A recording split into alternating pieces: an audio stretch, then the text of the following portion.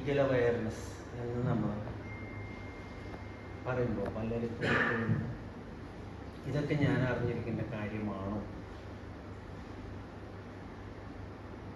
പക്ഷെ നമ്മളൊരു പ്രതിസന്ധിയിൽപ്പെടുമ്പോഴാണ് അയ്യോ ഇതെനിക്ക് അറിയേണ്ടതായിരുന്നു.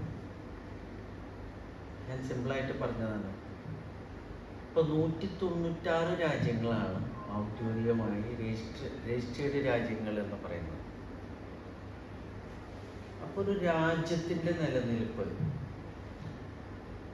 ഭരണഘടന അവിടെ ഉണ്ടായിട്ടുള്ളതാണ്. അപ്പം നമ്മളിൽ തന്നെ എത്ര പേർക്ക് അറിയാം ഒമാനിൽ ഭരണഘടന ഉണ്ടെന്നുള്ളത്? ഒമാനിൽ ഭരണഘടനയുണ്ട്. 1996 വൈറ്റ് ബുക്ക് എന്നാണ് പറയുന്നത്. അപ്പോൾ ഒരു രാജ്യങ്ങൾ നിൽക്കുന്നത് സൈനിക ബലം കൊണ്ട് മാത്രമല്ല. അവിടെ മുമ്പോട്ട് പോകണമെങ്കിൽ എല്ലാത്തിനും നിയമങ്ങളുണ്ട്. നമ്മൾ റോഡിലൂടെ പോകാനായിട്ട് നിയമമുണ്ട്. നമ്മൾ ആൾക്കാരോട് പെരുമാറുന്നതിന് നിയമമുണ്ട്. അത് ഒരു രാജ്യത്തെ നിയമം മറ്റൊരു രാജ്യത്ത് നിന്ന് വിഭിന്നമായിട്ടില്ല. ഇപ്പം നമ്മൾ ചൈന തുടങ്ങിയുള്ള രാജ്യങ്ങളിൽ അല്ലെങ്കിൽ മലേഷ്യയിലൊക്കെ പോകുമ്പോൾ നമ്മൾ പലപ്പോഴും പാമ്പിനെയൊക്കെ ഭക്ഷിക്കുന്നതായിട്ട് കേട്ടിട്ടുണ്ട്, കണ്ടിട്ടുണ്ട്. അത് നമ്മുടെ രാജ്യത്ത് ഭക്ഷിക്കാൻ പറ്റില്ല, അത് കുറ്റമാണ്. അപ്പോൾ അതൊരു ചെറിയ ഉദാഹരണം പറഞ്ഞു. നമുക്ക് ഇപ്പൊ പ്രത്യേകിച്ച് പ്രവാസികളായിട്ടുള്ള നമുക്ക് വേറൊരു രാജ്യത്ത് ചെല്ലുമ്പോൾ അറിഞ്ഞിരിക്കേണ്ട ഏറ്റവും പ്രധാനപ്പെട്ട കാര്യങ്ങൾ, എന്തെങ്കിലും കാരണവശാൽ നമ്മൾ അറിയാതെ വന്നു, നമ്മളൊരു പ്രതിസന്ധിയിൽപ്പെടുന്നു, പോലീസാവാം, കേസാവാം, തൊഴിൽ തർക്കങ്ങളാവാം, അയ്യോ എനിക്ക് അറിയില്ലായിരുന്നു എന്ന് പറയുന്ന ഒരു ഡിഫൻസ് അല്ല. എനിക്കറിയില്ലായിരുന്നു എന്ന് പറഞ്ഞത് കൊണ്ട് നമുക്കതിൽ നിന്നൊരു മുക്തി ഉണ്ടാവുന്നില്ല. അത് ഈ രാജ്യത്ത് മാത്രമല്ല, ഏത് രാജ്യത്തും അതാണ് നിയമം. ആ നിയമത്തിൻ്റെ ചട്ടക്കൂട് കൊണ്ടാണ് രാജ്യങ്ങൾ നിലനിൽക്കുന്നത് തന്നെ. ഇപ്പം ഇവിടെ ഏതാണ്ട് 1 മില്യൻ്റെ അടുത്ത് ഇന്ത്യക്കാരുണ്ട്. അത് 800,000 to 1 million. ഇത്രയധികം ആൾക്കാർ ഇവിടെ ജീവിക്കുന്നു. ഒരുപാട് ജനങ്ങളായിട്ട് നമ്മൾ സംവദിക്കേണ്ടതാണ്. പ്രശ്നങ്ങൾ ഏറ്റവും അധികം വരുന്നത് തൊഴിൽ മേഖലയിൽ നിന്നാണ്. ഈ 1 മില്യൺ ആൾക്കാരെ തന്നെ അതിൽ ഭൂരിപക്ഷം പേരും തൊഴിലെടുത്ത് ജീവിക്കുന്ന ആൾക്കാരാണ്. പിന്നെ ചെറുകിട വ്യവസായികൾ എന്ന് പറയുന്നത് അതിൻ്റെ ഒരു 10% വരും. അപ്പം എന്താണ് തൊഴിൽ പ്രശ്നങ്ങൾ ഉണ്ടാകാനുള്ള കാരണം എന്ന് പറഞ്ഞാൽ അതിൽ മെയിൻ കാരണം നമ്മൾ ജോലി കിട്ടുമ്പോൾ വരുന്നു, അതിൻ്റെ എന്തൊക്കെയാണ് നമുക്ക് അർഹതപ്പെട്ടത് എന്ന് നമ്മൾ അറിയുന്നില്ല.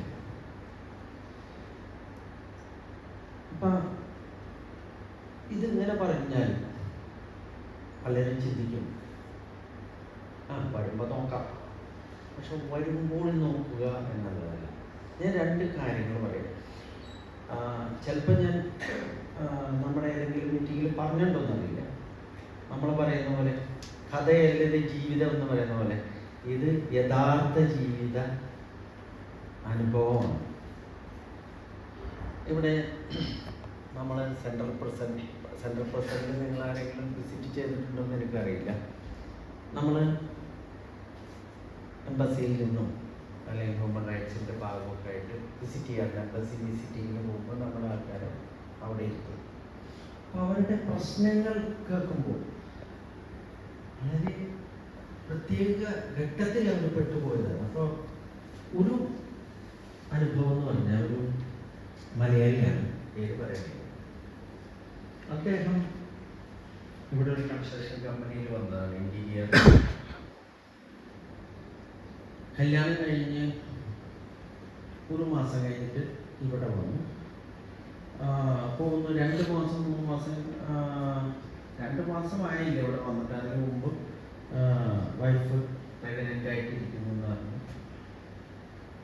അങ്ങനെ പോയിക്കൊണ്ടിരിക്കുമ്പോൾ കമ്പനിയിൽ സാലറി കിട്ടാതായി തുടങ്ങി. കമ്പനിയുടെ പ്രതിസന്ധി, സാലറി ഇല്ല, പ്രൊജക്റ്റ് കഴിയുമ്പോൾ തരും എന്നുള്ള ആ ഘട്ടത്തിലാണ് പുള്ളിക്ക് 2 കുട്ടികൾ, അതായത് ഇരട്ട കുട്ടികളുണ്ട്.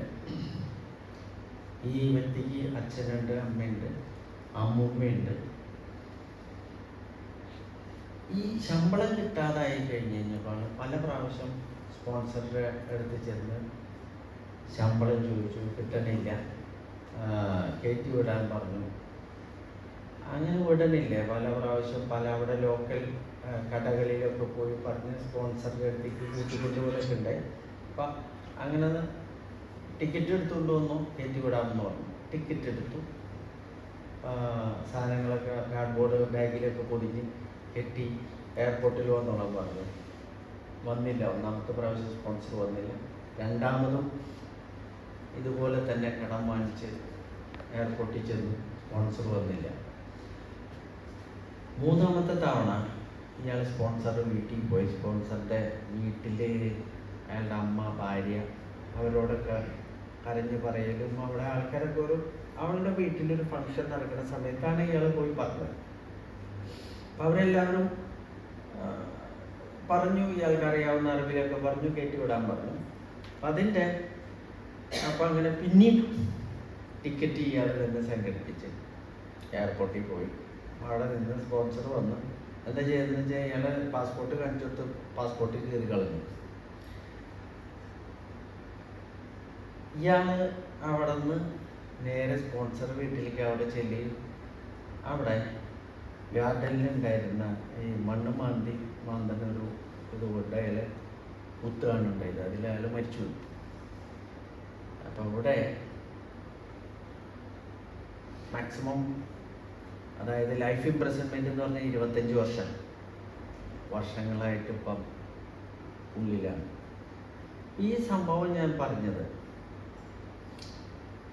എന്തുമാത്രം ഈസി ആയിട്ടുള്ള നിയമങ്ങളാണ് ഇവിടെ എന്ന് അറിയുകയാണെങ്കിൽ, അത് ഇനി എല്ലാ തൊഴിലാളിയും അറിഞ്ഞില്ലെങ്കിലും അറിയാവുന്ന ആൾക്കാർക്ക് പറഞ്ഞു കൊടുക്കാം. അപ്പം നമ്മളെ പോലുള്ള ചെറിയ ചെറിയ സംഘടനകളോ ആൾക്കാരോ ഉണ്ടെങ്കിൽ അഡ്വൈസ് ചെയ്യാം.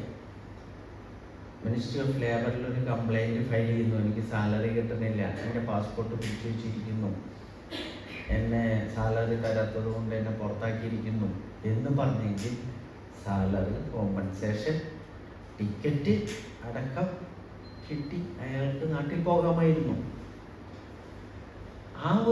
എന്നിട്ട് അയാളുടെ കുടുംബത്തോടു കൂടി ജീവിക്കാവുന്ന ഒരു അവസരമാണ് ഇത്തരത്തിൽ ഇല്ലാതായത്. അറിവില്ലായ്മ എന്ന് പറയാം, ഇമോഷണലായിട്ട്. അപ്പം നമ്മൾ ഇത്തരത്തിലുള്ള ഒരുപാട് മാറ്ററുകൾ, ഇപ്പം നമ്മളുടെ കൂടെ ഇരിക്കുന്ന പല ആൾക്കാരും നമ്മളുടെ അടുത്ത് വന്നിട്ടുണ്ട്. നമുക്ക് പരമാവധി നമ്മൾ അവർക്ക് പറഞ്ഞു കൊടുക്കാൻ പറ്റിയിട്ടില്ല. പ്രതിസന്ധികളിൽ നിന്ന് കരകയറാൻ പറ്റിയിട്ടുണ്ട്. അതിൽ ബിസിനസ് ഉണ്ട്, ബിനാമി ബിസിനസ് ഉണ്ട്. ഇതുപോലെ തന്നെ അടുത്ത ഒരു കാര്യം കൂടി പറഞ്ഞ് ഞാനത്,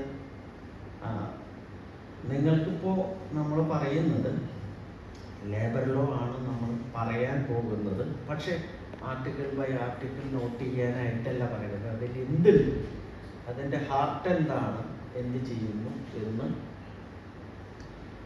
നമ്മുടെ ഭാഷയിൽ നമ്മൾ പറയുക എന്നുള്ളതാണ് ഇന്നത്തെ ഒരു തീരുമാനം. അതിന് മുമ്പൊരു കാര്യം പെട്ടെന്ന് ഉണ്ടായ, കഴിഞ്ഞ ലാസ്റ്റ് വീക്കിലുണ്ടായ ഒരു അനുഭവമാണ് ഞാൻ പറയാൻ പോകുന്നത്. കേരളത്തിൽ നിന്ന് തന്നെ ഇവിടെ ഒരുപാട് വർഷമായിട്ട് വർക്ക് ചെയ്യുന്ന ഒരു സാധാരണക്കാരെന്ന് പറയുമ്പോൾ ഒരു ഡിപ്ലോമ ഹോൾഡറാണ്, വർക്ക് ചെയ്യുന്നു.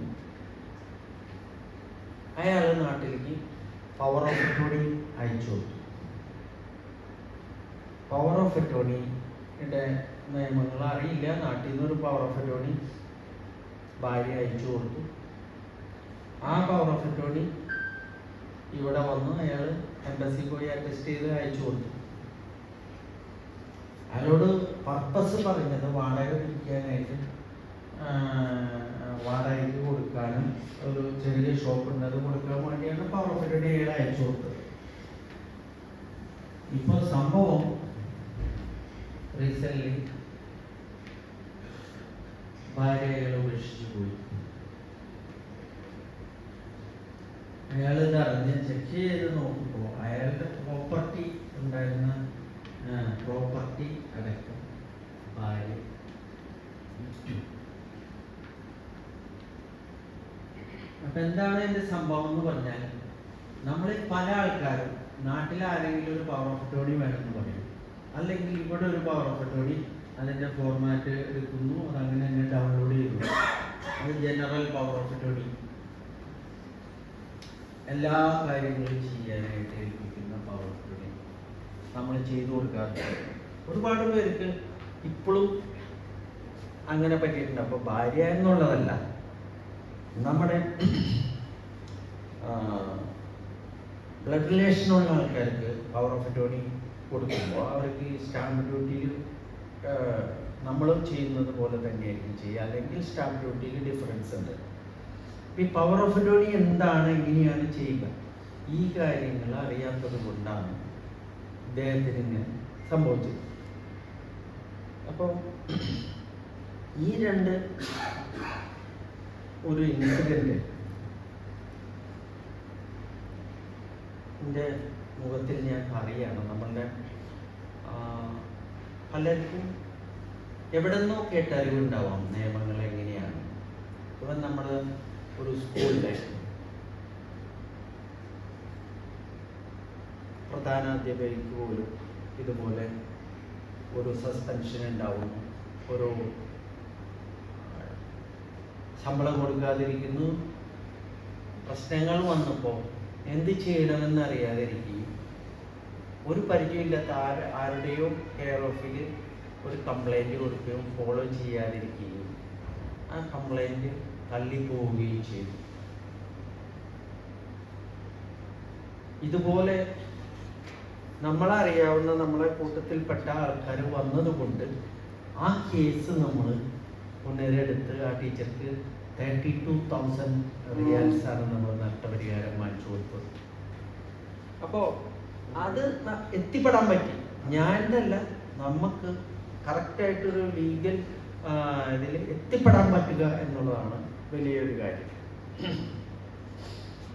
അപ്പോൾ ഈ ഇതിൻ്റെ ബേസിലാണ് എന്താണ് നമ്മളുടെ അവകാശങ്ങൾ എന്നും നമ്മൾ അറിയുന്നത്. ഈ ലേബർ ലോ പറയുമ്പോൾ വളരെ സിമ്പിളായിട്ട് നമുക്ക് ഇപ്പോൾ ഇതിലിരിക്കുന്ന എല്ലാവരും വ്യത്യസ്തരായ ആൾക്കാരും അല്ലെങ്കിൽ അതിനെക്കുറിച്ച് ഏകദേശം അറിയാമെന്ന് വിചാരിക്കുന്ന ആൾക്കാരുമാണ്. പക്ഷെ നമുക്ക് കൃത്യമായി ഇപ്പോഴും അറിയില്ല എന്തൊക്കെയാണ്, എങ്ങനെയാണ്. ഇപ്പോൾ ഞാൻ ഏറ്റവും നമ്മളുടെ പുതിയ ലേബർ ലോ 2023 അതിലാണ് റോയൽ ഡിഗ്രി വന്നത്. 53/2023 എന്നാണ് അതിൻ്റെ ആ സംഖ്യ നിങ്ങൾ ഓർത്തിരിക്കണമെന്നില്ല. അപ്പം അതിലേറ്റവും പ്രത്യേകത, ഏറ്റവും ഹൈലൈറ്റ് ആയിട്ടുള്ളൊരു പ്രത്യേകത എന്ന് പറയുന്നത് പാസ്പോർട്ടാണ്. ഈ പാസ്പോർട്ടിൻ്റെ കാര്യം അധികം തൊഴിലാളികളും വരുന്നു, കമ്പനി അത് വാങ്ങിച്ചു വയ്ക്കുന്നു. ഈ പാസ്പോർട്ട് വാങ്ങി വെക്കുന്നതോടുകൂടി നമ്മളൊരു വലിയ ജയിലിലായി പോയ പോലെയാണ്. പിന്നെ അവരുടെ ഔദാര്യത്തിന് കാത്തു നിൽക്കുക എന്നുള്ളതാണ്. നമ്മൾ ആ മോണിറ്ററി ബെനിഫിറ്റിന് വേണ്ടി വരുമ്പോൾ പാസ്പോർട്ട് കൊടുക്കുന്നു, പിന്നെ അവർ പറയുന്ന ഉടമസ്ഥൻ പറയുന്ന കാര്യങ്ങളെല്ലാം അംഗീകരിച്ചാലാണ് ആ മൂവ്മെൻ്റ് ഉള്ളൂ. ജയിൽ എന്ന് പറയുമ്പോൾ തുറന്ന ജയിൽ പോലെയായി മാറുകയാണ് പാസ്പോർട്ട് ഒരാളുടെ കയ്യിൽ കൊടുക്കുക എന്നുള്ളത്. അപ്പോൾ പറയുന്നത് ഒമാനി പാസ്പോർട്ട് പിടിച്ചു വെക്കാൻ പാടില്ല എന്നുള്ളൊരു റോയൽ ഡിഗ്രി ഉണ്ടായിരുന്നില്ല മുമ്പൊരു മിനിസ്റ്റീരിയൽ ഡിസിഷൻ മാത്രമാണ് പാസ്പോർട്ട് പിടിച്ചു വെക്കരുത് എന്നുള്ളത്. പക്ഷെ പുതിയ ലേബർ ലോയിൽ ആർട്ടിക്കിൾ 6 നമ്മളെപ്പോഴും ഓർക്കേണ്ടതാണ്. പാസ്പോർട്ട് തൊഴിലാളിയുടെ കയ്യിൽ നിന്ന് ഒരു കാരണവശാലും പിടിച്ചു വെക്കാൻ പാടില്ല, പാസ്പോർട്ടോ ഡോക്യുമെന്റ്സോ. പിന്നെ സേഫ്റ്റിക്ക് വേണ്ടി അവരുടെ റിട്ടേൺ കൺസെൻറ്റോടുകൂടി കൊടുത്തേൽപ്പിക്കാം. ചിലപ്പോൾ അക്കോമഡേഷനൊക്കെ ഉള്ള ക്യാമ്പുകളിലുള്ള ആൾക്കാർക്ക് ബുദ്ധിമുട്ടുകൾ വരണമെങ്കിൽ അവർക്ക് അതിൻ്റെ പേപ്പർ കൊടുക്കണം. അപ്പോൾ പാസ്പോർട്ട് പിടിച്ചു വെക്കാൻ പാടില്ല എന്നുള്ളത് നിർബന്ധമാണ്. അപ്പം നമ്മൾ പാസ്പോർട്ട് കൊടുത്തിട്ട് നമുക്കൊരു ആവശ്യമില്ല. പാസ്പോർട്ട് നിങ്ങളുടെ കയ്യിലിരിക്കാം, നിങ്ങളത് അറിഞ്ഞിരിക്കണം. നിങ്ങൾ അറിഞ്ഞിരിക്കണം എന്ന് പറഞ്ഞത് നമ്മൾ ഓരോരുത്തരും സഹജീവികളെ സഹായിക്കേണ്ട ആൾക്കാരാണ്. നിങ്ങൾക്ക് പറഞ്ഞു കൊടുക്കാൻ വേണ്ടിയാണ്. നമ്മളൊക്കെ ഇവിടെ വന്ന് ഒരുപാട് സമയമായിട്ടുള്ള ആൾക്കാരാണ്. ഇപ്പം നമുക്കറിയാമായിരിക്കാം. പക്ഷേ ഇങ്ങനൊരു നിയമം ഉണ്ടോ എന്ന് വെച്ചിട്ടുണ്ടെങ്കിൽ നിയമമുണ്ട്. അതുകൊണ്ട് പാസ്പോർട്ടിൻ്റെ കാര്യം ആര് ചോദിച്ചാലും പറഞ്ഞു കൊടുക്കുക, പാസ്പോർട്ട് പിടിച്ചു വെക്കാൻ പാടില്ല എന്ന നിയമമുണ്ട്. അപ്പം ആ നിയമം ലംഘിച്ച് കഴിഞ്ഞിട്ടുണ്ടെങ്കിൽ എന്ത് ചെയ്യണം? ഇനി ഏതെങ്കിലും കാരണവശാലും നിർബന്ധിച്ച് പാസ്പോർട്ട് പിടിച്ചു വയ്ക്കുന്നു, അല്ലെങ്കിൽ പാസ്പോർട്ട് തന്നില്ലെങ്കിൽ ഞങ്ങളെ പുറത്താക്കുന്നു പറഞ്ഞു നമ്മൾ വന്നു. എന്ത് ഡിസ്പ്യൂട്ട് ഉണ്ടെങ്കിലും, എന്ത് പാസ്പോർട്ടിൻ്റെയോ ഡോക്യുമെൻസിൻ്റെയോ സാലറിയുടെയോ എന്ത് കാര്യം ഉണ്ടെങ്കിലും തൊഴിലാളിക്ക് അപ്പോൾ മിനിസ്ട്രി ഓഫ് ലേബറിൽ കംപ്ലൈൻറ്റ് രജിസ്റ്റർ ചെയ്യാം. വളരെ സിമ്പിളാണ്, അതിന് വക്കീലിൻ്റെ ആവശ്യമില്ല. നമുക്ക് നേരിട്ട് മിനിസ്ട്രി ഓഫ് ലേബറിൻ്റെ വെബ്സൈറ്റിലൂടെ നമുക്ക് കംപ്ലൈൻറ്റ് രജിസ്റ്റർ ചെയ്യാം. അല്ലെങ്കിൽ ഏതെങ്കിലും സന്നദ്ധ സെൻറ്ററിൽ പോയിട്ട് കംപ്ലൈൻറ്റ് രജിസ്റ്റർ ചെയ്യാം. കംപ്ലൈൻറ്റ് രജിസ്റ്റർ ചെയ്താൽ ഇമ്മീഡിയറ്റ്ലി വിത്തിൻ 1 month എന്ന് ആണ് പറയുന്നത്. പക്ഷേ 7 ദിവസം കൊണ്ടൊക്കെ നമുക്ക് മെസ്സേജ് കിട്ടും. 2 കൂട്ടരും വിളിക്കും. അത് ഡിസ്പ്യൂട്ട് സെറ്റിൽമെൻറ്റ് ഡിപ്പാർട്ട്മെൻറ്റിലാണ്. അവിടെ പോകുന്നു, കാര്യം പറയുന്നു. നമ്മൾ കംപ്ലൈൻറ്റ് ചെയ്തതിൻ്റെ പേരിൽ നമ്മൾ പിരിച്ചുവിടാനും പാടില്ല. പിരിച്ചുവിട്ടാൽ അത് അൺഫെയർ ടെർമിനേഷന്. നമ്മൾ കമ്പനിക്കെതിരെ എന്തെങ്കിലും കംപ്ലൈൻറ്റ് കൊടുത്തു എന്ന് പറഞ്ഞ് നമ്മളെ പുറത്താക്കി കഴിഞ്ഞാൽ അൺഫെയർ ടെർമിനേഷനാണ്.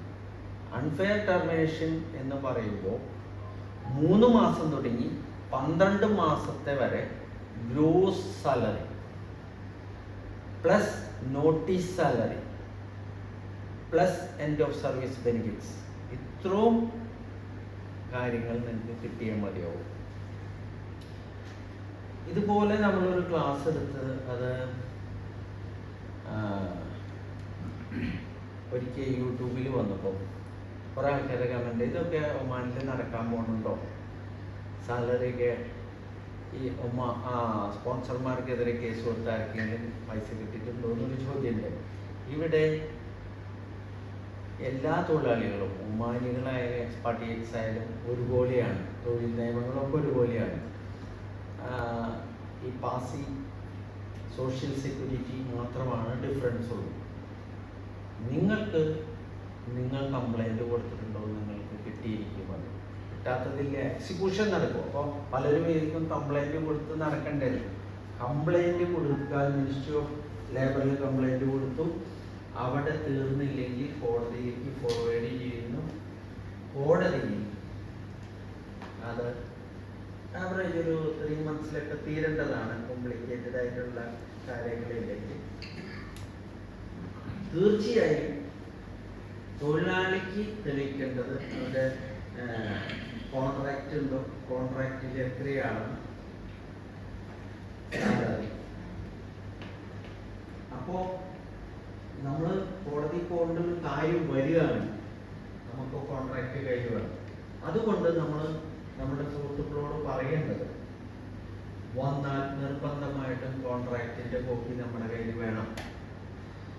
ഇപ്പോൾ കോൺട്രാക്റ്റ് നിർബന്ധമായിട്ടും മിനിസ്ട്രി ഓഫ് ലേബറിൽ അപ്ലോഡ് ചെയ്യുന്നുണ്ട്.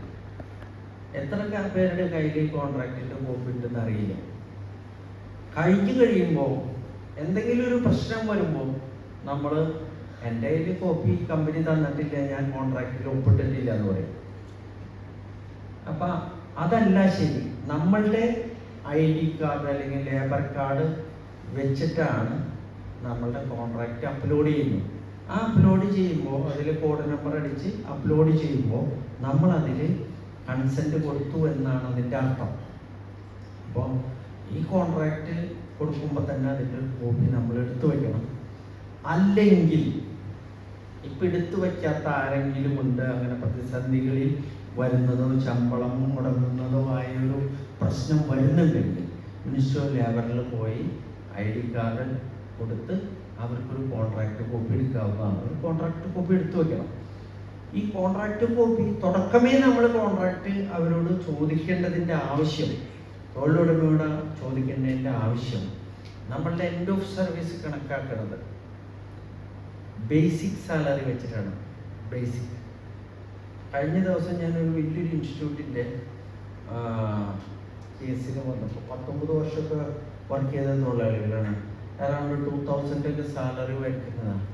അവർ ബേസിക് സാലറി നോക്കിയപ്പോൾ 200. അപ്പോൾ എത്ര കുറവാണ് 2000 വാങ്ങുന്ന ആൾക്കാർക്ക്. പലർക്കും ബേസിക് സാലറി എഴുതിയിരിക്കുന്നത് ചെറിയൊരു എമൗണ്ടും പിന്നെ അലവൻസ് എന്ന് പറഞ്ഞ് എഴുതി ഒരു ഗ്രോസ് സാലറി കാണിക്കുകയാണ് കമ്പനികൾ ചെയ്യുന്നത്. അപ്പോൾ നമുക്ക് ബേസിക് സാലറി എത്രയാണെന്നുള്ളത് ആദ്യം അറിയും വേണം.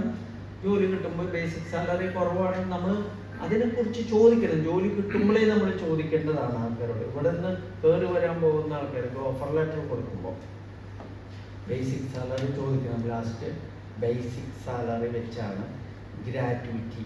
ഈ ഗ്രാറ്റുവിറ്റി എന്ന് പറയുന്നത് ഔദാര്യമല്ല, 100% നമുക്ക് കിട്ടേണ്ട അവകാശമാണ് തൊഴിലാളികൾക്ക്. ഈ പുതിയ ലേബർ ലോ പ്രകാരം ഗ്രാറ്റുവിറ്റി കണക്കാക്കുന്നത് എത്ര വർഷം വർക്ക് ചെയ്തു അത്ര വർഷം, ഒരു വർഷത്തിൽ ഒരു ബേസിക് സാലറി വെച്ച് കൊടുക്കണമെന്നാണ് നിയമം. അതിൽ പഴയ ലേബർ ലോ ഉണ്ടായിരുന്നത് ആദ്യത്തെ 3 വർഷം ഹാഫ് ബേസിക് ആണ് പറഞ്ഞിരുന്നത്. പുതിയ ലേബർ ലോയിൽ അത് ചേഞ്ച് ചെയ്തു. ഒരു കൺഫ്യൂഷൻ ഉണ്ടാവാനായിട്ട് ന്യൂസ് പേപ്പറുകളിലൊക്കെ വന്നിരുന്നു. മിനിസ്ട്രി ഓഫ് ലേബറിൽ ഒരു ഓഫീസർ പറഞ്ഞു പഴയ ലേബർ ലോ വെച്ചാണ് പഴയ തൊഴിലാളികൾക്ക് കണക്കാക്കേണ്ടത്. പക്ഷെ അത് തെറ്റാണ്. പഴയ ലേബർ ലോ ക്യാൻസൽ ചെയ്തിട്ടാണ് പുതിയത്. അപ്പം അങ്ങനെ പഴയ ലേബർ ലോ ഇപ്പം നിലവിലില്ല, അമെൻഡഡ് അല്ല. ഇപ്പോൾ ഒരേ ഒരു ലേബർ ലോ ആണ് ഒമാനിൽ നിലവിലുള്ളൂ. ആ ലേബർ ലോ പ്രകാരം ഒരു ബേസിക്കാണ് കിട്ടേണ്ടത്. അപ്പം അതിൽ ഒന്നത് അവകാശത്തിനെ കുറിച്ചാണ് പറയുന്നത്. ലീവ് സാലറി നിങ്ങൾക്കറിയാം ഗ്രോസ് സാലറിയാണ്. വർഷത്തിൽ ഒരു ഗ്രോസ് സാലറി ഒരു പ്രാവശ്യം നമുക്ക് ലീവിന് വിട്ടേ പറ്റൂ. നമ്മൾ നിർബന്ധമായിട്ടുള്ളതാണ് ലീവ്. അത് എമർജൻസി കേസിൽ 2 വർഷം വരെ ദീർഘിപ്പിക്കാം. 2 വർഷത്തിൽ 2 ഗ്രോസ് സാലറി കൊടുക്കുക എന്നുള്ളത് നിയമമുണ്ട്. അപ്പം അതുപോലെ ഇമ്മീഡിയറ്റ് ആയിട്ട് അറിയേണ്ട, നമ്മൾക്കൊരു ജോബ് ഓഫർ കിട്ടി, നമ്മളിവിടെ ഒമാനിൽ വരുന്നു. വന്ന് അവിടെ വെർബലായിട്ട് പറയുന്നതോ അല്ലെങ്കിൽ ഫോട്ടോയിൽ കണ്ട ഒരു അറ്റ്മോസ്ഫിയർ ആവണമെന്നില്ല. നമ്മളവിടുന്ന് എൻജിനീയറിങ്ങും അതിൻ്റെ PG ഒക്കെ കഴിഞ്ഞിട്ടായിരിക്കും ഇവിടെ വരുന്നത്. ഇവിടെ വരുമ്പം സ്ക്രാപ്പ് എടുത്ത് കൊടുക്കാനായിട്ടുള്ള ജോലിയായിരിക്കും ചെത്തുന്നത്, അല്ലെങ്കിൽ കോസ്റ്റ്യൂം കയറാനുള്ള ജോലിയായിരിക്കും. ഓക്കെ, നമുക്ക് അങ്ങനെ നമ്മുടെ വില്ലിനനുസരിച്ച് അവർ ഓഫർ ലെറ്ററിൽ പറഞ്ഞ ജോലിയല്ല എന്നുണ്ടെങ്കിൽ നമുക്ക് ഇമ്മീഡിയറ്റ് ആയിട്ട് റെസിഗ്നേഷൻ കൊടുത്ത് നമുക്ക് പോവാം. അതിനൊരു ഓപ്ഷൻ 7 ദിവസത്തെ നോട്ടീസ് കൊടുത്താൽ മതി. പക്ഷെ അത് 3 മാസത്തിനുള്ളിൽ ചെയ്യണം. 5 മാസം 6 മാസം ചെയ്ത് ഞാൻ വന്നപ്പോഴേ എനിക്ക് ആ ജോലി അല്ലായിരുന്നു എന്ന് പറഞ്ഞിട്ടുണ്ടെങ്കിൽ പോയി 3 മാസത്തിനുള്ളിൽ നമുക്ക് വിടാം. അത് തൊഴിലുടമയ്ക്കും അതെ. നമ്മൾ വലിയ ക്വാളിഫിക്കേഷൻ ഒക്കെ ഇപ്പോൾ CV ഒക്കെ AIയിലൊക്കെ ഉണ്ടാക്കി അല്ലെങ്കിൽ GPT-ലൊക്കെ ഉണ്ടാക്കി കൊണ്ടുവരുന്ന ആൾക്കാരുണ്ട്. വരുമ്പോൾ തൊഴിലറിയില്ല. തൊഴിലുടമയ്ക്കും 3 മാസത്തിനുള്ളിൽ വിട്ടേക്കണം. അത് കഴിഞ്ഞാൽ 2 വർഷക്കാലം എന്ന് പറഞ്ഞാൽ 2 വർഷത്തിൽ 3 മാസം കഴിച്ച് ബാക്കിയുള്ള 21 മാസം ടെർമിനേറ്റ് ചെയ്യാൻ പാടില്ല എന്നുള്ളതാണ്. ഈ ടെർമിനേറ്റ് ചെയ്യാൻ പാടില്ല എന്ന് പറയുമ്പോൾ 2 കാര്യം നമുക്ക് മനസ്സിലാക്കാം. നമ്മുടെ കോൺട്രാക്റ്റിലൊക്കെ 1 മാസം നോട്ടീസ് അല്ലെങ്കിൽ 3 മാസം നോട്ടീസ് എന്നൊക്കെ കാണാം. ഇനി നോട്ടീസ് പീരീഡ് കോൺട്രാക്റ്റിൽ ഇല്ലെങ്കിലും 1 മാസമാണ് എടുക്കുക. 1 മാസത്തെ നോട്ടീസ് തന്നിട്ട് നിങ്ങളോട് പൊക്കോളാൻ പറഞ്ഞാൽ എന്താണ് അതിലുള്ള കാര്യം?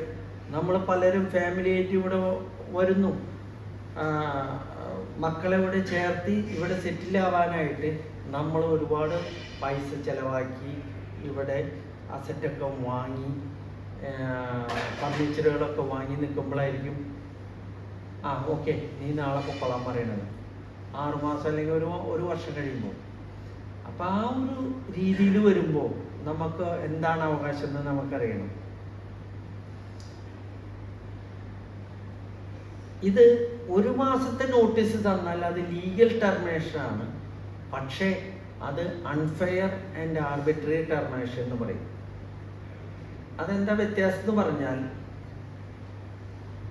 നമ്മൾ 2 വർഷത്തെ വിസയ്ക്ക് വരുന്ന ആൾക്കാരാണ്. 2 വർഷം കഴിയുമ്പോൾ 1 മാസത്തെ നോട്ടീസ് തന്ന് നിങ്ങൾ പൊക്കോളാൻ പറഞ്ഞാൽ നമ്മൾ പോകണം, വേറെ ഓപ്ഷൻ ഇല്ല, നമുക്ക് അവകാശങ്ങളും വാങ്ങിച്ചു പോവാം. മുമ്പ് നമ്മളിവിടെ വന്ന് 1 വർഷം വന്ന് പ്രൊബേഷൻ കഴിഞ്ഞ് വർക്ക് ചെയ്തുകൊണ്ടിരിക്കുമ്പോൾ വിട്ട് കഴിഞ്ഞാൽ അൺഫെയർ ടെർമിനേഷൻ ആണ്. അൺഫെയർ ടെർമിനേഷൻ ആണെങ്കിൽ നമുക്ക് 3 മാസം തുടങ്ങി 12 മാസം വരെ ഗ്രോസ് സാലറി നമുക്ക് കോമ്പൻസേഷൻ വാങ്ങാം. അല്ലെങ്കിൽ ഇമ്മീഡിയറ്റ് ആയിട്ട് തിരിച്ചെടുക്കണം എന്ന് പറഞ്ഞ് നമുക്ക് കംപ്ലൈൻറ്റ് ചെയ്യാം. ഈ ഓപ്ഷൻ അവൈലബിൾ ആണ്. ഇനി പുതിയ നിയമത്തിൽ വന്നിട്ടുള്ളത്, ഇനി 2 വർഷം കഴിയാൻ പോകുന്നു, നമുക്ക് നോട്ടീസ് തരുന്നു. നോട്ടീസ് തന്നു കഴിഞ്ഞാൽ പുതിയ എംപ്ലോയറെ കണ്ടുപിടിക്കാൻ നമുക്ക് 10 മണിക്കൂർ, അതായത് ഈ നോട്ടീസ് പീരീഡിൽ 10 മണിക്കൂർ വിത്ത് സാലറി, എല്ലാ ദിവസവും വേണമെങ്കിൽ അരമണിക്കൂർ 1 മണിക്കൂറൊക്കെ നമുക്ക് കൺസെൻറ്റ് തന്നിരിക്കണം.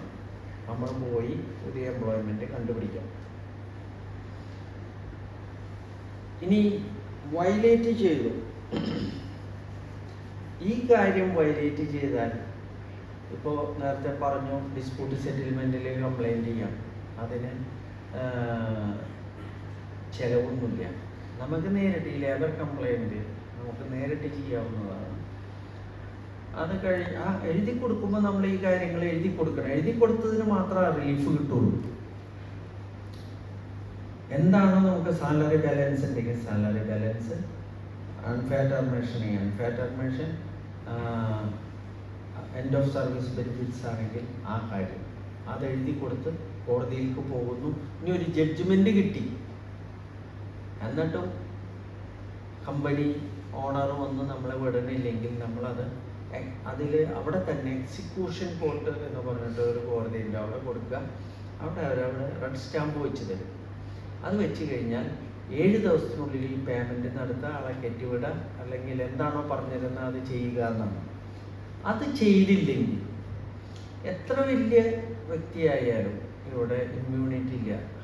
ഇമ്മ്യൂണിറ്റി ഈ സുൽത്താൻ ഒഴിച്ച് ബാക്കി എല്ലാവരും നിയമത്തിന് മുമ്പിൽ ഒരുപോലെ തന്നെയാണ്. അപ്പം അറസ്റ്റ് ചെയ്ത് ജയിലിലിട്ട് നമുക്ക് ഫണ്ട് കിട്ടും. അതെന്ന് പറഞ്ഞാൽ ഞാൻ പ്രഗത്ഭരെന്ന് പറഞ്ഞാൽ പലപ്പോഴും നമുക്ക് ഉന്നത സ്ഥാനങ്ങൾ വഹിക്കുന്ന ആൾക്കാരാണെങ്കിലും ഈ കോടതിയുടെ അറസ്റ്റ് ചെയ്ത് മാറ്റമില്ല. അറസ്റ്റ് ചെയ്ത് നമ്മളുടെ റിലീഫ് നേടിയെടുത്ത പലരും നമ്മുടെ കൂട്ടത്തിലുണ്ട്. അവരൊക്കെ ഈ നിയമത്തിൻ്റെ സുരക്ഷയെ കുറിച്ച് മറ്റുള്ളവരോട് പറയുന്ന ആൾക്കാരാണ്. നമുക്ക് അറിയാം. അങ്ങനെ അറസ്റ്റ് ചെയ്ത് കഴിഞ്ഞാൽ അവർക്ക് ഈ പൈസ കെട്ടിവെക്കലല്ലാതെ ജാമ്യത്തിൽ ഇറങ്ങാനുള്ള പ്രൊവിഷനില്ല. ജാമ്യത്തിൽ ഇറങ്ങുക എന്ന് പറഞ്ഞാൽ ക്രിമിനൽ കേസിൽ ആദ്യം വരുന്ന കോടതിയിലെ നമ്മളുടെ പ്രസൻസ് ഉറപ്പാക്കാൻ വേണ്ടിയുള്ളതാണ് ജാമ്യം. എക്സിക്യൂഷൻ വരുന്നത് ജാമ്യം ഇല്ലാത്തതാണ്. ജാമ്യം കൊടുക്കലില്ല. ഇത് കൊടുത്തേ തീരും. പിന്നെ നമ്മൾ സമ്മതിക്കുകയാണെങ്കിൽ 1-2 തവണ നീട്ടി കിട്ടാം എന്നതേ ഉള്ളൂ. ഇതിന്ന് വലിയ കോർപ്പറേറ്റ് കമ്പനികൾക്കും സ്പോൺസേഴ്സിനും ആർക്കും അതിന്ന് പ്രത്യേകിച്ച് ഇല്ല. അപ്പം ഇത് തീർത്തും പറഞ്ഞത്, നിങ്ങൾ പോകുന്നു, നിങ്ങൾ എത്ര ചെറിയ സാലറിക്കാരാണോ വലിയ സാലറിക്കാരാണോ, നിങ്ങൾക്ക് ചുറ്റുമുള്ളത് വലിയ കോർപ്പറേറ്റ് ആണോ, വലിയ പൊസിഷനിലിരിക്കുന്ന സ്പോൺസർമാരാണോ, ഇതൊന്നും ഒരു പ്രശ്നമല്ല. അപ്പം ഈ അവകാശം നമ്മൾ അറിയണം. നമ്മളറിയാതെ നമുക്ക് ശമ്പളം കിട്ടണില്ല, നമ്മൾ അവിടുന്ന് ഓടി രക്ഷപ്പെടാൻ പാടില്ല, വേറെ എവിടെയെങ്കിലും പോയി വർക്ക് ചെയ്തു, അത് നമ്മൾ തെറ്റായ തീരുമാനമാണ്. അങ്ങനെ ചെയ്യുകയാണെങ്കിൽ അവർക്ക് നിങ്ങളെ അബ്സ്കോണ്ട് ചെയ്യാനും അബ്സ്കോണ്ടിങ് പെറ്റീഷൻ ഫയൽ ചെയ്യാനും പിന്നെ നിങ്ങളെ പിടിച്ചാൽ നിങ്ങളെ 500 റിയാൽ ഫൈൻ അടച്ച് നിങ്ങളെ ഡീപ്പോർട്ട് ചെയ്യുകയാണ് ചെയ്യുക. അപ്പോൾ പിന്നെ നിങ്ങൾക്ക് തിരിച്ചു വരാൻ പറ്റില്ല.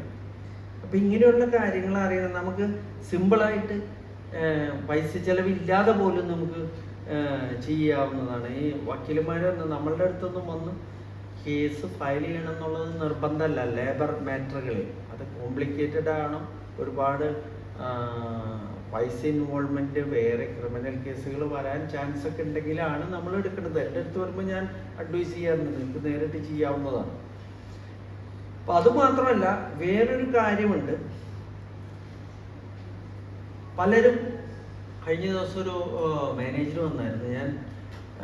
എനിക്ക് 1.5 വർഷമായി സാലറി കിട്ടിയിട്ട്, പക്ഷേ ഈ വൈഫിൻ്റെ വിസയിലേക്കോ അല്ലെങ്കിൽ ഞാനിത് പോവാതെ ചെയ്യാത്തത് എൻ്റെ ആനുകൂല്യങ്ങൾ നഷ്ടപ്പെട്ടാലോ എന്ന് വിചാരിച്ച് ഞാൻ വെയിറ്റ് ചെയ്യായിരുന്നു. അപ്പം അത് നമുക്ക് ഒരു റൈറ്റ് ഉണ്ടെങ്കിൽ, എന്താണ് നമ്മുടെ റൈറ്റ്? എല്ലാ മാസവും സാലറി കിട്ടുക എന്നുള്ളതാണ് ഈ കോൺട്രാക്റ്റിൻ്റെ മെയിൻ കാര്യം. ആ കാശ് കിട്ടിയില്ലെങ്കിൽ അപ്പോൾ ബ്രീച്ച് ഓഫ് കോൺട്രാക്റ്റ്. ആ റൈറ്റ് എപ്പോൾ കൊടുക്കുന്നുവോ അന്ന് തുടങ്ങി 1 വർഷത്തിനുള്ളിൽ നമ്മൾ കംപ്ലൈൻറ്റ് കൊടുത്താലാണ് നമുക്ക് ആ പൈസ കിട്ടുള്ളൂ. 1 വർഷം എന്ന് പറയുന്നത് ലിമിറ്റേഷനാണ്, അതിന് ഡിലേ കണ്ടോണേഷൻ ഇല്ല. നമ്മളൊരു കമ്പനിയിൽ നിന്ന് ഇപ്പോൾ നമ്മളെ ക്യാൻസൽ ചെയ്ത് വിട്ടു, നമുക്കിപ്പോൾ ക്യാൻസൽ ചെയ്ത് വിട്ട് നമ്മൾ വേറെ കമ്പനിയിൽ വന്ന് ജോയിൻ ചെയ്താലോ അല്ലെങ്കിൽ നമ്മുടെ നാട്ടിലേക്ക് തിരിച്ചു പോയിട്ടോ നമുക്ക് വേണമെങ്കിൽ ഈ എൻഡ് ഓഫ് സർവീസ് ബെനിഫിറ്റ്സോ കിട്ടാനുള്ളതിനോ നമുക്ക് കംപ്ലൈൻറ്റ് ഫയൽ ചെയ്യാം. പക്ഷേ 1 വർഷത്തിനുള്ളിൽ നമുക്ക് നാട്ടിൽ നിന്ന് പവർ ഓഫ് അറ്റോർണി വരുത്തിയിട്ടോ അല്ലെങ്കിൽ ഇവിടെ പവർ ഓഫ് അറ്റോർണി കൊടുത്തിട്ട് നാട്ടിലേക്ക് പോയിട്ടോ അല്ലെങ്കിൽ നിങ്ങൾ വേറെ ഏതെങ്കിലും കമ്പനിയിൽ വന്നിട്ടോ നിങ്ങൾക്ക് ഫയൽ ചെയ്യാം. പക്ഷേ ആ റൈറ്റ് നിങ്ങൾക്ക് ഉണ്ടായിട്ട് എന്നാണോ സാലറി മുടങ്ങിയത് അല്ലെങ്കിൽ എന്നാണോ ക്യാൻസൽ ചെയ്ത് പോയിട്ടുള്ളത് അവിടെ നിന്ന് 1 വർഷത്തിനുള്ളിൽ നമ്മൾ 1 വർഷവും 1 ദിവസവും കഴിഞ്ഞാൽ പോലും നിങ്ങൾക്ക് പിന്നെ അത് കിട്ടില്ല. അതാണ് ലിമിറ്റേഷൻ. ഡിലേ കണ്ടോണേഷൻ എന്ന് പറയുന്ന ഒരു പ്രൊവിഷൻ നമ്മുടെ നാട്ടിലൊക്കെ ഉണ്ട്, ഇവിടെ ഇല്ല. പിന്നെ റയറസ്റ്റ് കേസിൽ നമ്മളിപ്പോൾ ആക്സിഡൻറ്റിലായിരുന്നു, കോമയിലായിരുന്നു എന്നുള്ള സംഭവങ്ങളൊക്കെ കോടതിക്ക് പരിഗണിക്കാമെന്ന് മാത്രം. നോർമലി 1 ഇയർ ആണ്. അപ്പം ആ കാര്യം നമ്മൾ നമ്മളുടെ സുഹൃത്തുക്കളോട് ഓർമ്മിപ്പിക്കേണ്ടതാണ്. ഇതിൻ്റെ കൂടെ തന്നെ നമുക്ക് ഇനി അറിഞ്ഞിരിക്കണം, ഒന്നും തരാതെ നമ്മളെ പുറത്താക്കാൻ പറ്റും കമ്പനിക്ക്. ഇപ്പം അത് കമ്പനി നടത്തുന്ന ചെറുകിട ബിസിനസ് നടത്തുന്ന ആൾക്കാർ നമ്മുടെ കൂടെയുണ്ട്. വരുന്നു, ഒരു ഫേക്ക് സർട്ടിഫിക്കറ്റ് തരുന്നു, അല്ലെങ്കിൽ എന്നും 1 വർഷത്തിൽ 7 ദിവസം കണ്ടിന്യൂസ് ആയിട്ട് ലീവ് എടുക്കുന്നു, അല്ലെങ്കിൽ 10 ദിവസം പലപ്പോഴായിട്ട് without permission of company leave എടുക്കുന്നു. ലീവ് എന്ന് പറഞ്ഞാൽ വരുന്നില്ല, അല്ലെങ്കിൽ കൂടെയുള്ള ആൾക്കാരെ തല്ലുന്നു. ഇയാളെ കൊണ്ട് കമ്പനിക്ക് നഷ്ടമുണ്ടായിക്കൊണ്ടിരിക്കുന്നു. മിസ്ബിഹേവ് ചെയ്യുക, അഡിക്ഷൻ, മദ്യപാനം, അല്ലെങ്കിൽ അതുമായി ഡ്രഗ്സൊക്കെ ഉപയോഗിച്ച് കമ്പനിയിൽ വരുന്ന ഉണ്ടെങ്കിൽ without anything they can terminate, എംപ്ലോയർക്ക് ടെർമിനേറ്റ് ചെയ്യാം. അല്ലാത്ത റീസൺസിൽ ചില ആൾക്കാർ വന്നിരിക്കും, ഒരു പണിയെടുക്കില്ല. നമുക്ക് കാലത്തെ വരും, 9 മണിക്ക് വരും, അല്ലെങ്കിൽ എത്ര മണിക്കാണോ സമയം ആ സമയത്ത് ഇരിക്കുന്നു, വർക്ക് ചെയ്യണില്ല. അങ്ങനെയുള്ള സംഗതികൾ ഉണ്ടാവുമ്പോൾ തീർച്ചയായും ഓണർക്കും ചെയ്യാം. ഓണർക്ക് കൃത്യമായിട്ട് നോട്ടീസ് കൊടുക്കുക, നിങ്ങൾ വർക്ക് ചെയ്യണില്ല, പിന്നെ എന്തുകൊണ്ട് നോട്ടീസ് കൊടുക്കാം. ഇതിൽ 50 തൊഴിലാളികൾ കൂടുതലുള്ള കമ്പനി ഉണ്ടെങ്കിൽ നിർബന്ധമായിട്ട് അവിടെ ഒരു HR മാനുവൽ, HR പോളിസി, എങ്ങനെയാണ് വൈകി വരുന്ന ആൾക്കാർക്ക് എത്ര കട്ട് ചെയ്യാം, എങ്ങനെയാണ് ഡിസിപ്ലിനറി ആക്ഷൻ എടുക്കേണ്ടത്. അപ്പം ഇത് നിയമത്തിൽ പറഞ്ഞേക്കുന്നതാണ്. ഇതും കൂടി ഇവിടെ ഹൈലൈറ്റ് ചെയ്തത് തന്നെ HR മാനുവൽ ഇല്ലാത്ത ഒരുപാട് കമ്പനികളുണ്ട്, നമ്മുടെ ആൾക്കാർ തന്നെ നടത്തുന്ന കമ്പനികളുണ്ട്. അപ്പം അതുകൊണ്ടുള്ള പ്രശ്നം എന്ന് പറഞ്ഞാൽ അവിടെ ഈ നാട്ടുകാരായിട്ടുള്ള ആൾക്കാരെയോ അല്ലെങ്കിൽ നമ്മുടെ ആൾക്കാരെയോ എന്തെങ്കിലും കാരണവശാൽ ടെർമിനേറ്റ് ചെയ്യുന്നു. അവർക്ക് കമ്പനിക്ക് ആവശ്യമില്ല, അവർ പ്രോപ്പറായിട്ടൊന്നും ചെയ്യാത്ത ആൾക്കാരാണ്. നമ്മൾ ഒരു മാസത്തെ നോട്ടീസ് കൊടുക്കുന്നു. പക്ഷെ ഇൻഫാക്റ്റ് അവർ പോയിട്ട് കോടതിയിൽ നിന്ന് പലരും ഈ നാട്ടുകാരായിട്ടുള്ള ആൾക്കാർ കണ്ടിന്യൂ ചെയ്യാനായിട്ടുള്ള ഓർഡറും കോമ്പൻസേഷനും അടക്കം വാങ്ങുന്നു. അപ്പോൾ വലിയൊരു നഷ്ടമാണ് കമ്പനിക്ക് ഉണ്ടാവുക എന്ന് പറയുന്നത്. അപ്പം ആ ഒരു പ്രതിസന്ധി ഒഴിവാൻ HR മാനുവലിൽ എന്താണോ കാര്യങ്ങൾ എഴുതുക അത് എഴുതി റെഡിയാക്കിയതിന് ശേഷം മിനിസ്ട്രിയിൽ അഡ്ജസ്റ്റ് ചെയ്തിട്ടുണ്ടെങ്കിൽ അത് ഫോളോ ചെയ്യാൻ എല്ലാ തൊഴിലാളികളും ബാധ്യസ്ഥരാണ്. അപ്പം ഇനി ഇതിൽ പറയേണ്ട നമുക്ക് അത്യാവശ്യം അറിയാം ആൾക്കാർക്ക്, എങ്കിലും ഈ ലീവിൻ്റെ കാര്യമാണ്. നമുക്ക് ഇപ്പോൾ പ്രഗ്നൻസിയിൽ ലീവ് എങ്ങനെയാണ് കമ്പനിക്ക് പറഞ്ഞു വിടാൻ പറ്റും. പലരും പ്രഗ്നൻ്റായി അപ്ലൈ കമ്പനിയുടെ വേണ്ടി അങ്ങനെയുള്ള കാര്യങ്ങളിൽ സ്ത്രീകൾ പ്രത്യേകിച്ച് അറിഞ്ഞിരിക്കേണ്ടതാണ്. നമുക്കിപ്പം ഡെലിവറിക്ക് 98 ദിവസമാണ് ലീവ് പറയുന്നത്. 98 ദിവസം വിത്ത് സാലറി ലീവ് കിട്ടുന്നുണ്ട്. അത് ഡെലിവറി കഴിഞ്ഞിട്ടോ ഡെലിവറിക്ക് മുമ്പോ ആയിട്ട് എടുക്കാം, പ്രഗ്നൻ്റ് ആയിട്ടിരിക്കുന്ന സമയത്ത് എടുക്കാം. നമ്മളെ ആ ഒരു കാര്യം കൊണ്ട് അവർക്ക് ടെർമിനേറ്റ് ചെയ്യാൻ പറ്റില്ല. ടെർമിനേറ്റ് ചെയ്യുകയാണെങ്കിൽ അൺഫെയർ ടെർമിനേഷനായിട്ട് 1 വർഷത്തെ സാലറി നമുക്ക് ക്ലെയിം ചെയ്യാൻ പറ്റും. ഈ ഡെലിവറി പീരീഡ് ഇതിൽ ഫുൾ സാലറിയാണ്. അതുപോലെ ഭർത്താക്കന്മാർക്കും ഒരു കുട്ടി ജനിക്കുമ്പോൾ 7 ദിവസത്തെ ലീവ് നമുക്ക് ലഭിക്കും. അത് വൈഫ് ഇവിടെ ഉണ്ടാവണമെന്ന് നിർബന്ധമൊന്നുമില്ല. എൻ്റെ പ്രൂഫ് കൊടുത്തിട്ടുണ്ടെങ്കിൽ 7 ദിവസത്തെ ലീവ് നമുക്ക് സാങ്ഷൻ ആക്കണം. അതാണ് എൻ്റെ ഒരു നിയമം. ഇനി ഈ സിക്ക് ലീവിൻ്റെ കാര്യം വളരെ കൺഫ്യൂസിങ് ആണ് ആൾക്കാർക്ക്. എങ്ങനെയാണ് എടുക്കാൻ പറ്റുമോ എന്നുള്ളത് നമ്മൾ അറിഞ്ഞിരിക്കണം. അതായത് 182 ദിവസം നമുക്ക് സിക്ക് ലീവ് കിട്ടും. അതെങ്ങനെയെന്ന് വെച്ചാൽ ആദ്യത്തെ 21 ദിവസം 100% സാലറി, 22 തുടങ്ങി 35 വരെ 75%, 36 തുടങ്ങി 70 ദിവസം വരെ 50%, 71 തുടങ്ങി 182 ദിവസവും 35%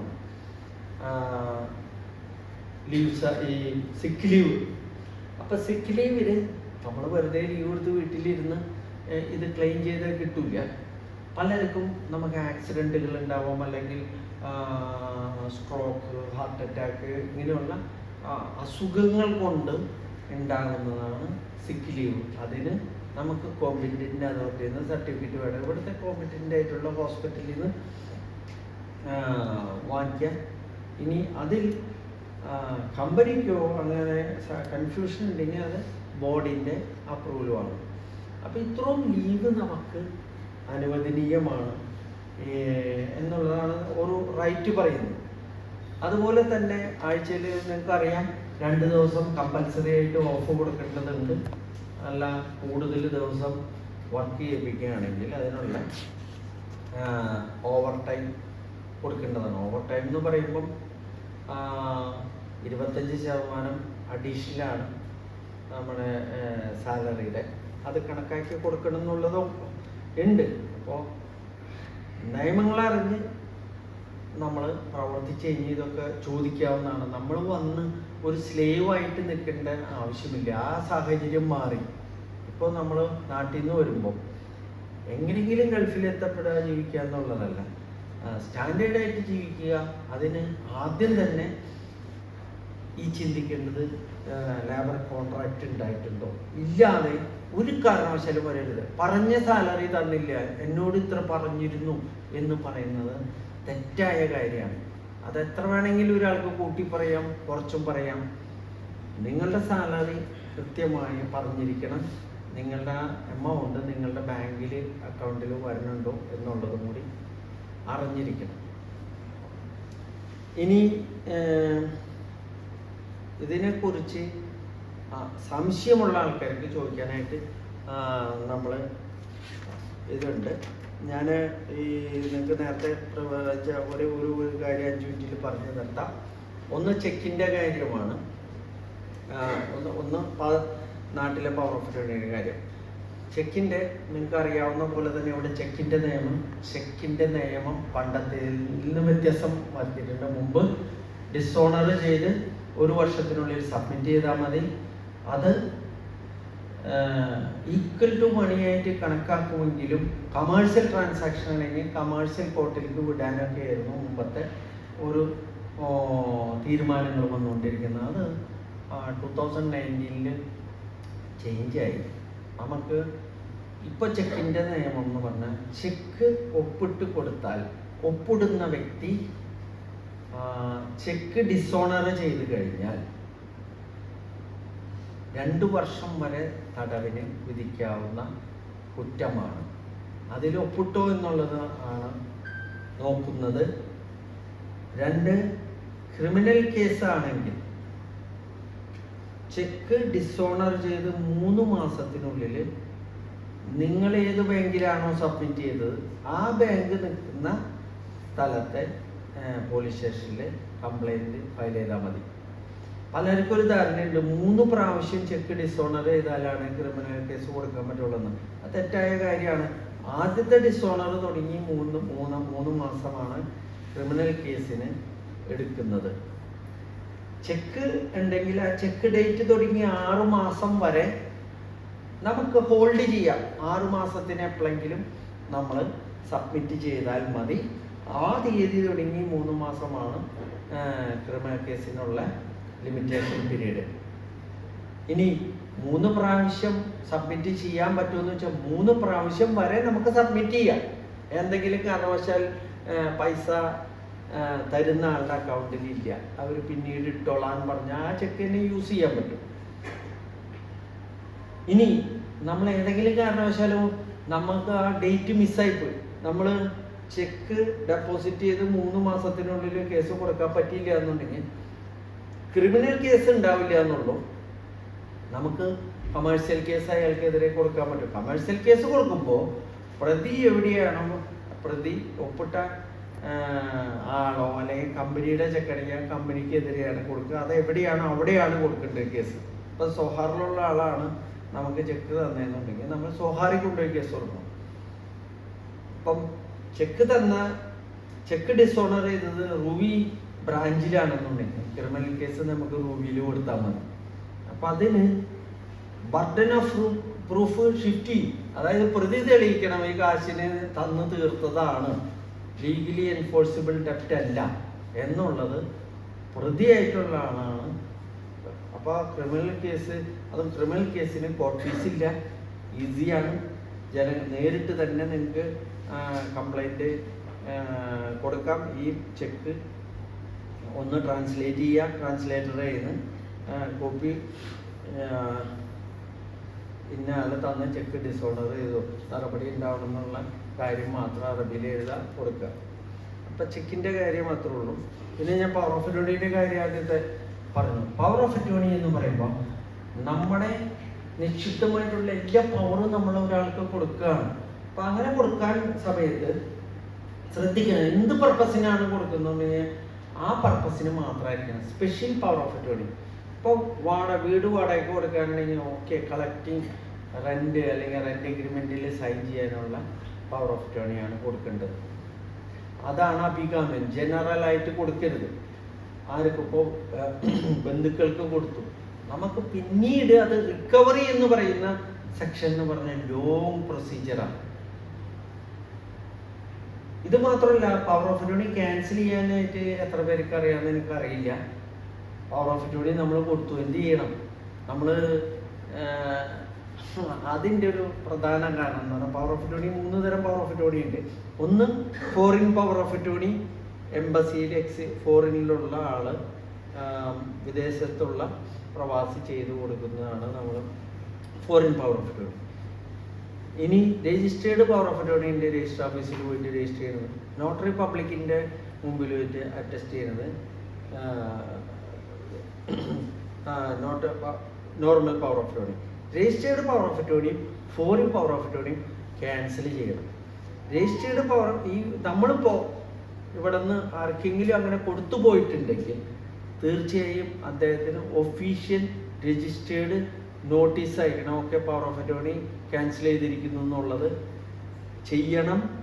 പ്ലസ് നമ്മൾ ഏതെങ്കിലും ന്യൂസ് പേപ്പറിൽ ഇത്ര നമ്പർ പവർ ഓഫ് അറ്റോർണി കൊടുത്തിരിക്കുന്നത് ക്യാൻസൽ ചെയ്തിരിക്കുന്നു എന്ന് ന്യൂസ് പേപ്പറിൽ ഇടണം. പ്ലസ് അതിൻ്റെ കൺസേൺഡ് എന്തെങ്കിലും പ്രോപ്പർട്ടി ആയിട്ട് ബന്ധപ്പെട്ടിട്ടുണ്ടെങ്കിൽ കൺസേൺഡ് രജിസ്റ്റർ ഓഫീസിലേക്ക് അതിൻ്റെ ഒരു രജിസ്റ്റേർഡ് നോട്ടീസും കൂടി അയക്കണം. എന്നാലാണ് അത് കംപ്ലീറ്റ് ആവുള്ളൂ. നാട്ടിലെ registered power of attorney notice അയക്കാം, അവിടെ രജിസ്റ്റർ ഓഫീസിൽ ക്യാൻസൽ ചെയ്യാം. പബ്ലിക് നോട്ടറിയുടെ അടുത്ത് ടെസ്റ്റ് ചെയ്തിട്ടുള്ളതിൽ പ്രോപ്പർട്ടി വിൽക്കാനായിട്ടുള്ള right notary attested power of അറ്റോർണിക്ക് ഉണ്ടാവില്ല. അപ്പോൾ അതിന് നമുക്ക് ലെറ്റർ അയച്ചാൽ മതി, നോട്ടീസ് അയച്ച് ക്യാൻസലാക്കാവുന്നതാണ്. ഇത്രയും കാര്യങ്ങളാണ് ജനറലായിട്ട് പറയാനുള്ളത് ലേബർ ലോ. ഇതുമായിട്ട് നമുക്ക് ചെറിയ ചെറിയ സംഗമങ്ങളൊക്കെ ഉണ്ടാകുമ്പോൾ നമുക്ക് വിവിധ സബ്ജക്റ്റുകളെ കുറിച്ചൊക്കെ സംശയങ്ങളോട് തീർപ്പാക്കാം. ഇനി നമ്മുടെ അഡ്വക്കേറ്റ് നിഷ എൻ്റെ കൊളീഗാണ്, ഒരുപാട് വർഷമായിട്ട് പ്രാക്ടീസ് ചെയ്യണമെന്ന് അവർ നമ്മളെ ചെറുകിട കമ്പനിയിലോ അതിനെപ്പറ്റി നിങ്ങൾക്ക് ഒരു ക്ലാസ് എടുക്കുന്നതായിരിക്കും.